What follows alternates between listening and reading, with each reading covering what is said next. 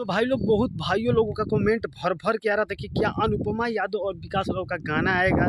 तो भाई लोग आप लोग इस वीडियो में पूरा बने रहिएगा और वीडियो को ज़्यादा से ज़्यादा शेयर कीजिएगा भाई लोग। तो मैं आपको इस वीडियो में पूरा बताने वाला हूं दोस्तों कि सच में अनुपमा यादव के साथ गाना आएगा कि नहीं आएगा।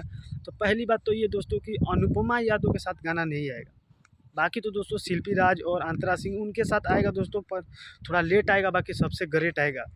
तो अनुपमा यादव जी के साथ तो गाना नहीं आएगा दोस्तों, आप लोग को तो मैं बता दूं। बाकी शिल्पी राज के साथ गाना आएगा ना, तो मार्केट में क्या होगा दोस्तों ये आप लोग को तो अच्छी तरह से मालूम है। और बाकी आप लोग का प्यारी सपोर्ट इतना मिल रहा है बड़े भैया विकास कि तो भाई लोग अगर हो सके तो आ भी सकता है, पर आएगा तो दोस्तों मैं आपको अपडेट दे दूंगा। हमारे चैनल से अपडेट जरूर मिल जाएगा भाई लोग।